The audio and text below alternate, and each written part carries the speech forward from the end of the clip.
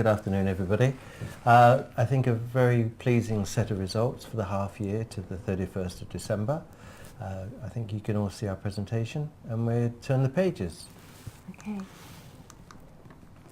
Well, revenue increased by 22%, up to 9.75 million in the period.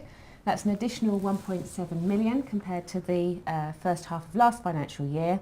And the key thing is that it was really well balanced between UK organic growth, overseas organic growth, the contribution from our newly acquired Australian subsidiary, and the favourable impact of the weakened pound upon sales since the EU referendum.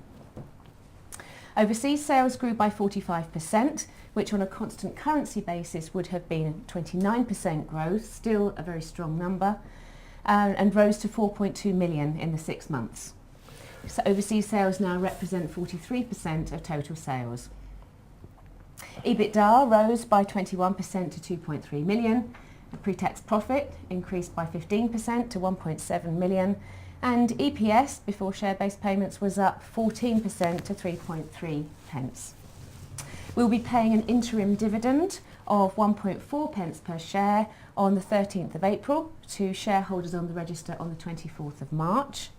And that's an increase again of 23%. So as you can see, everything's moving forward at an even pace. And then there's cash. Once again, our cash conversion has been very strong. We started the period with cash of 5.7 million. During the period we spent 1.1 million on the acquisition. 2.2 million was paid out in dividends. If you recall, we had a 3 pence per share special dividend paid last summer. And that would have left 2.4 million in the bank, but cash closed at 3.9. So in other words, we generated 1.5 million pounds of cash in the period. The bank balance today is 4.4 million. On to operational highlights. We saw a positive profit contribution from that Australian acquisition. So on the 15th of August, we acquired the business that had been our Australian distributor. The acquisition resulted in an additional £400,000 of sales and £100,000 of profit. So we're happy that the acquisition has been a success and is in line with our expectations at the time of doing the deal. As we said before, results have benefited from the sterling weakness since the EU referendum result. Sterling weakened right at the start of the period we're reporting upon, and we've benefited relatively significantly.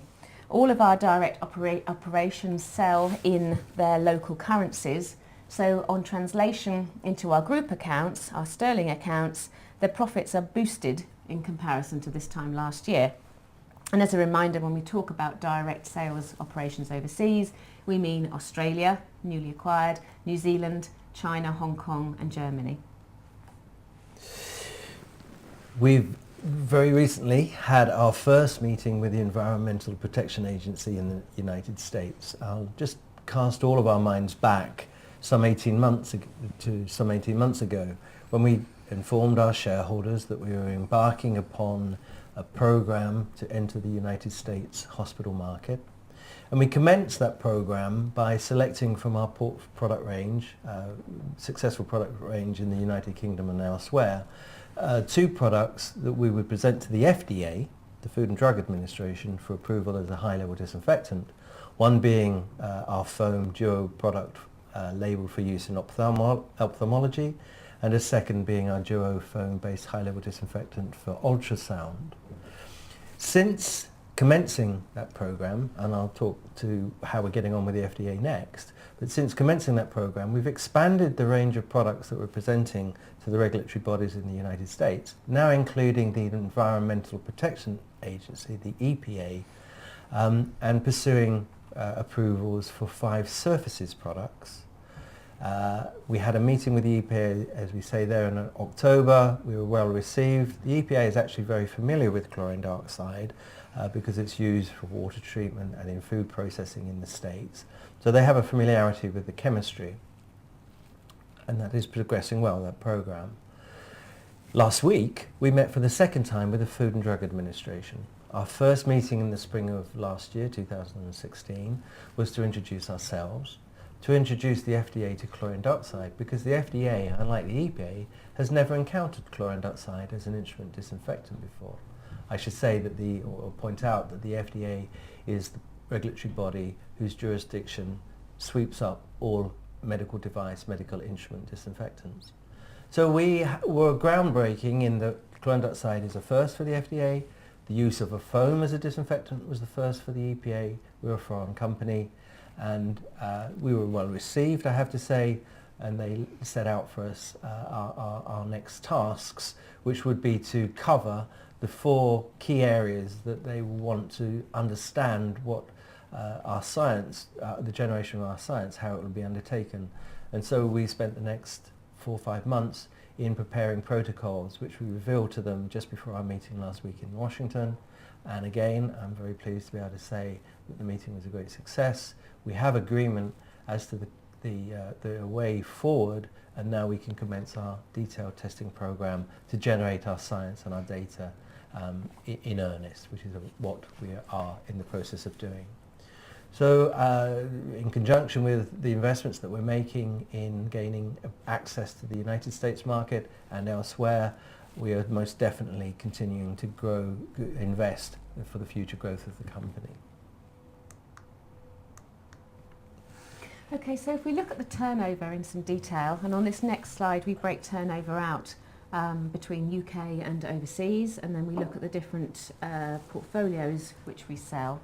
Then the points of interest are, we saw 9% growth in the UK in this 6-month period. That was increased slightly by a bulk buy by NHS supply chain, where we did a product switch out. We were supplying 1 pack size. We're discontinuing it and replacing it with an alternative, and so a bulk buy was made by supply chain. It would reduce that 9% down to 6% growth in the period, which is still very positive for the UK market, where we do have very high saturation. Overseas, we saw growth of 45% in the period, giving overall growth of 22%. There are some minuses on this slide, and I'm going to skip through them because they are, in value terms, relatively small and insignificant. But it's worth saying that in many instances, these are product switch outs from where we're focusing our customers upon chlorine dioxide products. It's our proprietary formulation, it's our point of difference, and so we're steering our customers away from Me Too products that they can buy elsewhere to the very special chlorine dioxide chemistry that is our own. The achievements to focus upon in this area are 29% medical device or outpatient instrument disinfection growth, the top line on the table within the UK, and 65% growth overseas. So the growth numbers, the headline growth numbers, do disguise some very strong growth in our key areas of focus. You can also see that surface sales are beginning to accelerate well. We saw 10% growth in the UK, 48% overseas. We have had some loss of sales in the past overseas, but we've gained some stability in our packaging, so we can now have more confidence to sell our surface products overseas, and we expect that to continue to grow. So first half growth in the period, 1.7 million. It was an increase of 22%. As I described earlier, this has come from 4 key areas, and that's in equal measure. So the chart shows that it's evenly balanced growth. The favourable foreign exchange rates account for 6 of the 22%, 2 percentage points that we grew by. Organic overseas sales at a constant currency accounts for 6 of those 22 percentage points. The Australian acquisition for 4, and UK organic growth for 6.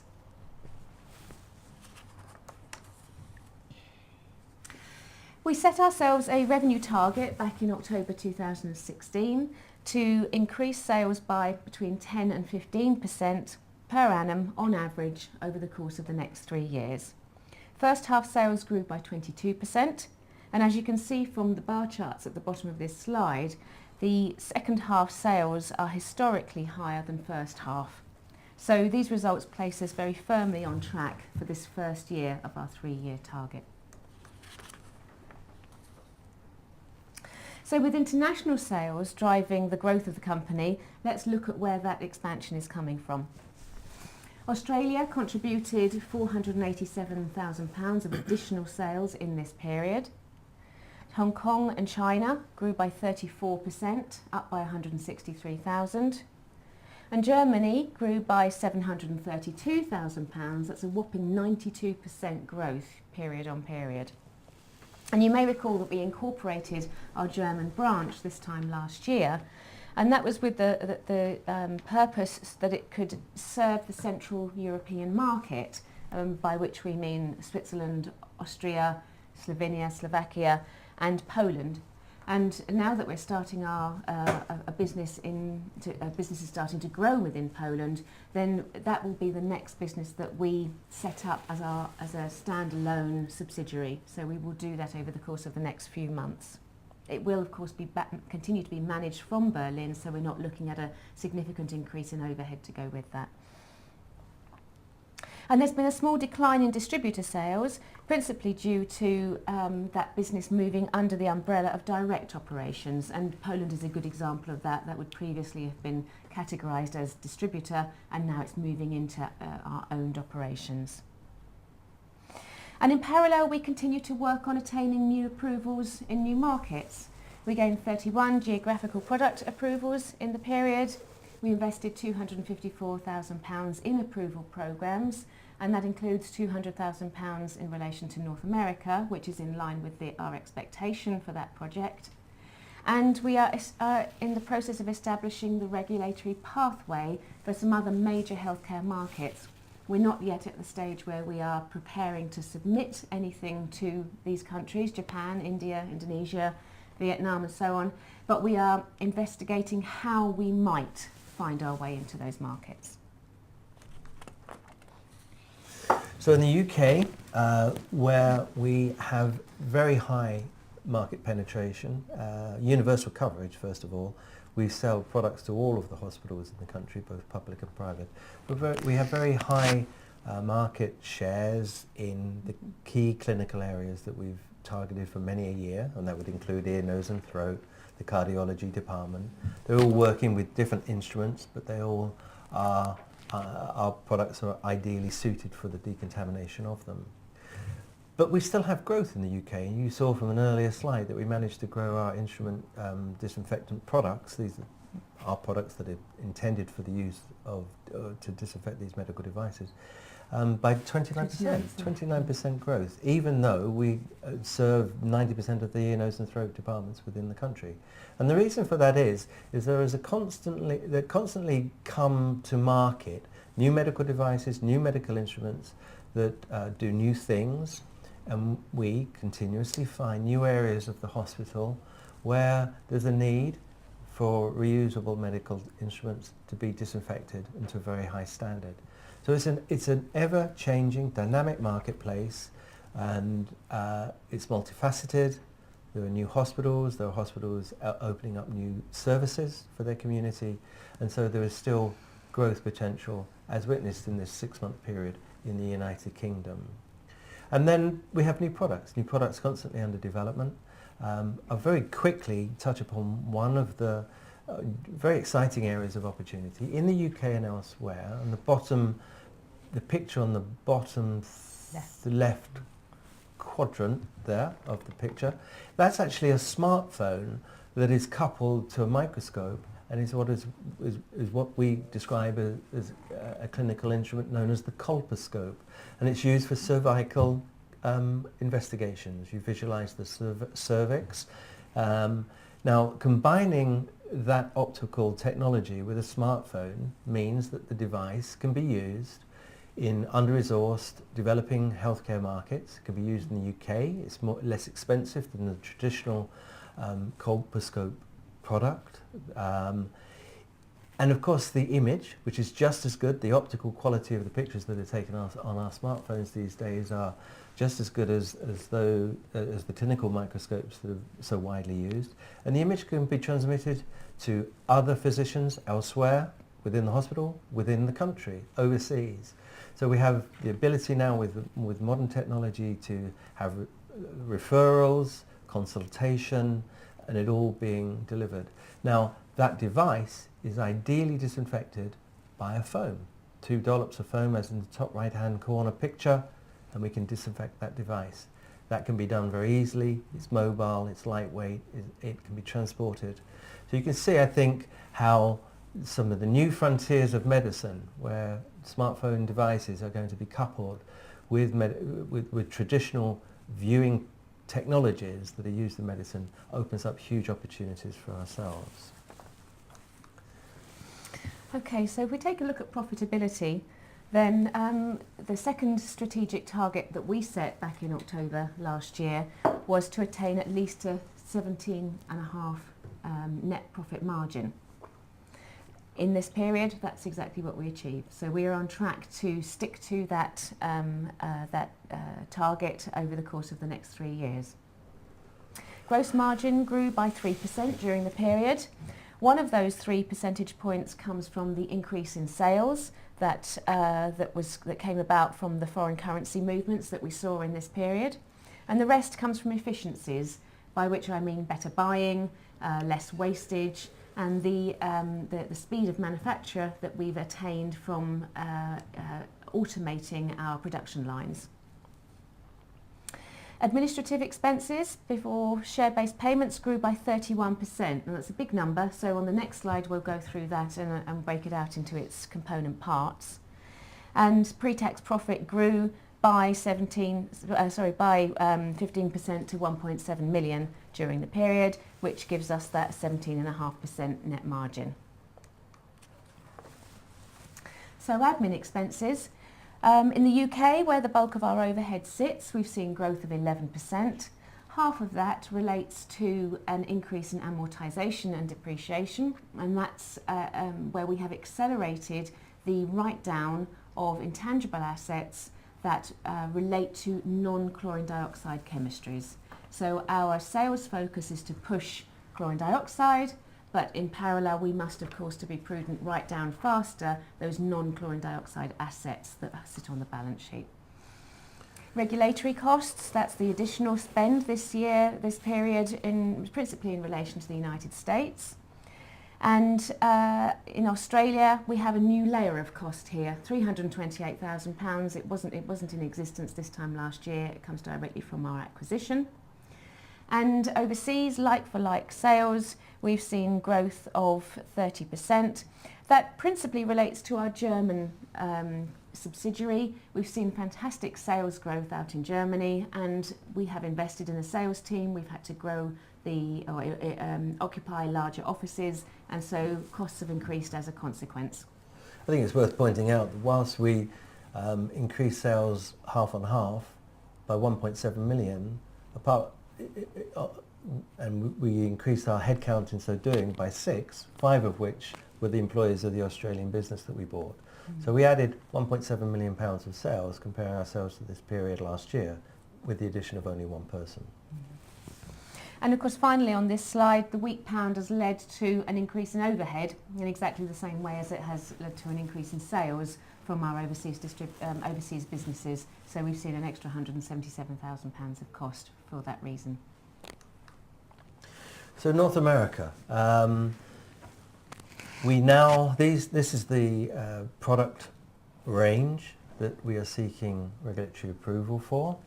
I mentioned earlier the 2 products that we are presenting to the FDA. That's actually been joined by a third product that we've introduced into the UK market and has a big potential worldwide, most definitely in the United States. We call it Tristel Rinse Assure.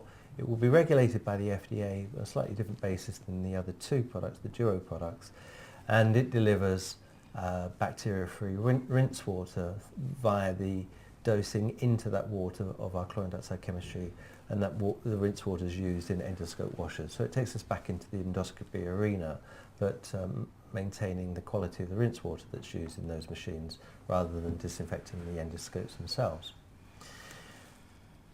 So we talk about North America in terms of a business plan, not just one regulatory project. We have said very clearly that we expect to be doing business in the United States during our financial year commencing June 2018, ending 2019, and we very confidently continue to expect that to be delivered upon. I won't speak to submission dates for individual products. They are all independent, but they are all being presented to the regulatory agencies, sharing a lot of the science across them all. But we've had our meetings with the agencies, and we feel very comfortable with the progress that's been we're making to date. So revenue contribution expected in the year 2018-19, and as we progress through this year, we hope to have news of submissions as they take place. And we are making significant investments, which are all being expensed. During the period, we spent £200,000 on testing in the States and elsewhere, but all specifically connected to these programs, these submissions. We would expect to spend £300,000 in the second half, and that level of spend will continue for some time to come. So we've used this slide before. So those that have seen our presentations, it will be familiar to you. What has changed are the number of patents that have been issued during the course of the past 6 months, the number of published and peer-reviewed scientific papers that have come to light, an increase of 2 in the period, the number of case studies that have now been published, another 3 in the period, and we're included in 2 more professional body guidelines which have all been published during the course of the last several months. And these are very, very important defensive strengths. This library of recognition, acknowledgement and testimony that we enjoy, and it's taken 15 years to build up, can't be replicated by a newcomer. We'll talk of our strategic risks on the next slide. But to build this body of evidence has taken many, many years, as we must all recognise, and it's complemented by the number of compatibility statements or statements of compatibility and endorsements that we have from the device manufacturers that we work so closely with. And it's a very strong body of defensive evidence that we have as to the performance of our products. And on our next slide, we do acknowledge some of the fundamental strategic risks that exist.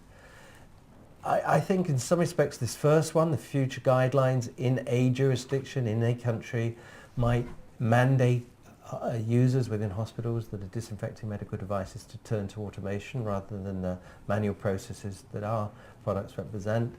But as we become more and more embedded in healthcare, the cost of forcing hospitals, for example in the United Kingdom, throughout all of the hundreds of ENT clinics to purchase and run washer disinfectors that might cost £40,000 or £50,000 each, it's inconceivable, to be perfectly honest, and particularly given the parlous state of the NHS's finances. We could see a competitor product emerge. We are still the only company worldwide that is working with chlorine dioxide for instrument disinfection, but that body of evidence that we have as to our safety and our performance can't be replicated by a newcomer without going the hard yards as we have for 15 years. Mm. And then when we were smaller and more exposed to 1 or 2 clinical areas of a hospital, we could have always been ousted from that position by a manufacturer saying that we shouldn't be used on their instruments. Well, with so many manufacturers working with us very collaboratively these days, I think that risk has largely disappeared as well. So finally, let's look to the future. Worldwide, our ambition is to become a recognizable force in the global infection prevention world. We are achieving that. Overseas is the driver of our group's growth, and I do not anticipate that slowing down. We will establish a business, by which I mean we will sell product in the United States, and are confident of doing that. We've got terrific IP and these defensive strengths we've just spoken to, and we've got a great balance sheet, and we generate cash. We have no debt, so I think we're well poised to continue the story. Thank you. Thank you to you both. Well, we'll press on quickly with a few questions. Let's start with one on dividends. Always a special, looking particularly at special dividends. Your cash generation has remained impressive. Obviously you've got increasing costs in terms of the US spend to push regulatory drivers through there. But what factors would you take into account if you were to consider another special dividend? I think it was in our final results last October that the board made clear at the time that we considered the cash requirements of the business dictated at least a minimum cash holding on our balance sheet of £3 million. That's a dynamic thing. I mean, it will increase as the business grows. We have a very clear dividend policy of 2 times cover, and we're paying 40%. The new policy is a continuation of last interim final payout ratio, 40% at the half-year point and 60% at the end-year point. I don't think, we certainly cannot say with any assurance that there will be a special dividend that will be paid in the foreseeable future, but we have made very clear that we will return surplus cash to shareholders. We have done so twice, and we will have to just watch this space, I think, is the only thing that we can say at this juncture. Thank you. I don't think we expected much more, but that's very helpful guidance. The Aussie purchase of your distributor seems to have worked out well. Are you likely to repeat that in other territories, or was it just a unique set of circumstances? It was fairly unique in that the family that won in a beauty contest, actually, the rights to sell the product, the one product that we had received approval for in Australia from the TGA, which is our wipe system, only worked with Tristel. They, as most distributors do, they didn't have a portfolio of medical products that they sold to hospitals. So they worked exclusively for us, which made the acquisition very straightforward because we weren't involving ourselves in other technologies or products that we might not have any interest in and we might want to drop or get rid of. And we weren't paying for any other activity. We were paying only for what they did with respect to Tristel. There are other distributors who we work very, very closely with, who have built very good businesses, essentially around Tristel, but with other activities bolted on. We wouldn't rule out the possibility of working with one of these distributors in a major market to take over their business, but it's a possibility, but it's not how our growth strategy is constructed. Okay, thanks. Looking at new products, what are you forecasting in terms of sales and profits over the next 12 months for the new products? Well, we don't really break out new products. We forecast growth in the 10 to 15% range. We surpassed that in the first half. New products are all part of the mix. We constantly create extensions of products that we have been selling, as opposed to any new groundbreaking technologies or products that you might look to. So it's all part of the mix, Hannah. Thanks. Okay. Well then, sort of leading on from that then, you spoke briefly about how you are winding down the more generalist non-chlorine dioxide and pointing your clients obviously towards your higher margin and IP protected products. As a result of that, are you seeing some customers choosing not to switch and as a result losing sales, or is everyone moving across happily? How quickly do you expect to entirely wind down the non-chlorine dioxide products? It's a gradual thing. We have we have lost some customers for non-chlorine dioxide products where we weren't very happy with the margins we were making. So we sell disinfectants that have got as their active ingredient isopropyl alcohol, IPA. It's a commoditized chemistry. we were selling IPA-based disinfectants to certain laboratories and for use in clean rooms in hospitals.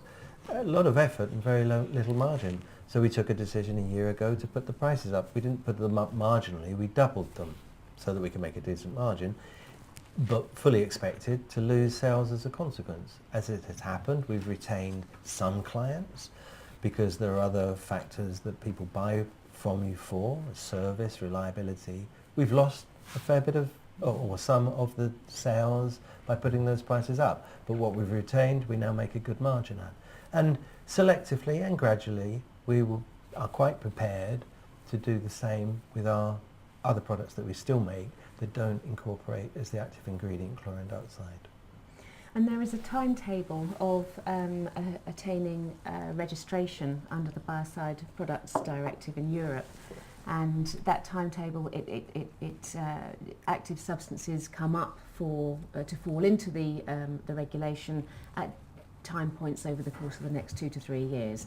As that happens, we assess whether it's worthwhile us making the significant investments that are required to register as a manufacturer using those products, those chemistries. And so there will be stepping points over the course of the next few years where we may see a drop out in sales. But in the interim, what we're seeking to do is to switch as many customers over to chlorine dioxide as possible to minimise any loss. Okay, well, moving back to the core product, you've still managed to deliver growth in the NHS, which is impressive and no doubt poses continual challenges. But now that you seem to have such good levels of saturation, would you dare to say that your product is a must-have one? Considering that it's the price point and the levels of and the variations of use that it benefits from? Well, let's answer that question by looking at the two different things that we do. We sell our products for the disinfection of medical devices, so scopes and probes that are used in ultrasound. There, I would say, in the clinical areas in which we are so strong, we are the must-use product. We're easy to use, we're affordable, we've been used for many years, we've a proven track record. Difficult to oust us there.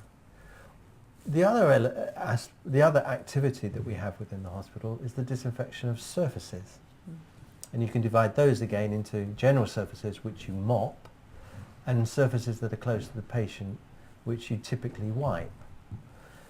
We have started to grow that activity really well. And not because what we have done is find different packaging formats and different delivery methods to make our chemistry easier to use and more affordable. There is one thing that's absolutely a truism here. Hospitals cannot not take infection prevention seriously. They have. I've been in trust myself over the course of the last month or so, and right at the top of every hospital's agenda is infection prevention.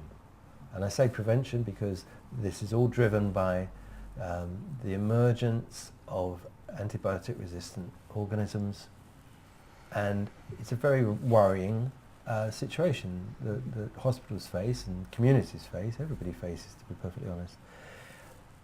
Disinfectants that are effective against all organisms, not selectively against some organisms, will be prescribed in hospitals because they have to be. So you take those two different activities, and it's all around chlorine dioxide. The other peripheral things we do, we're quite happy to wind down or lose, as the case may be, over time in a managed way. But chlorine dioxide in the format that we have them for instruments, I think is a very secure position that we have. And chlorine dioxide is a very powerful disinfectant for disinfection of surface areas, those that the patient and the public are exposed to. Is a must-have, absolute must-have. There are competing technologies, not necessarily chemical disinfectants. There's UV, there are vapor systems using various different active ingredients. And increasingly, hospitals are combining them for their defensive strategy against infections of patients.